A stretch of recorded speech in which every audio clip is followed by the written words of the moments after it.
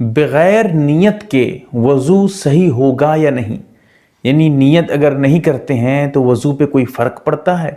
جواب بڑی تفصیل سے مختصر انداز میں بیان کروں گا، جیسا کہ آپ کو یہ مسئلہ آپ کے مسائل اور ان کا حل جلد نمبر 3 صفحہ نمبر 65 پر بھی مل جائے گا۔ جواب یہ ہے کہ وضو کے صحیح ہونے کے لیے نیت شرط نہیں ہے، ضروری نہیں ہے، لیکن ہاں اگر آپ بغیر نیت کے وضو کرتے ہیں تو وضو تو ہو جائے گا لیکن آپ کو وضو کا ثواب نہیں ملے گا۔ وضو کا ثواب پانے کے لیے نیت کرنا پڑے گا۔ نیت پھر آپ کو کیا ہے وہ بھی سمجھ لیجئے۔ نیت کہتے ہیں القصد بالقلب، دل میں ارادہ کرنا۔ دل میں کیسے ارادہ کریں گے؟ زبان سے بولنا ہے، کچھ الفاظ بولنا، یہ سب ضروری نہیں ہے۔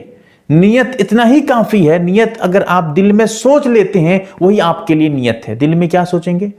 یا اللہ میں پاکی حاصل کرنے کے لیے وضو کر رہا ہوں، بس یہ نیت آپ کی ہو گئی۔ دل میں سوچ لیا آپ نے، زبان سے بولا تک نہیں، پھر بھی آپ کی نیت ہو گئی۔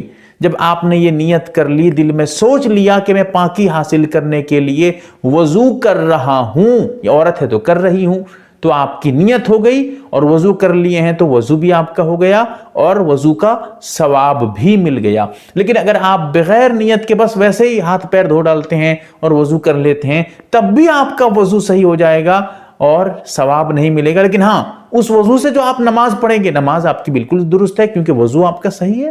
تو نیت سے وضو میں کوئی فرق نہیں پڑتا ہے۔ ہاں اتنا فرق پڑے گا، ثواب میں ذرا فرق آ جائے گا، ثواب ملے گا، کسی میں ملے گا نہیں۔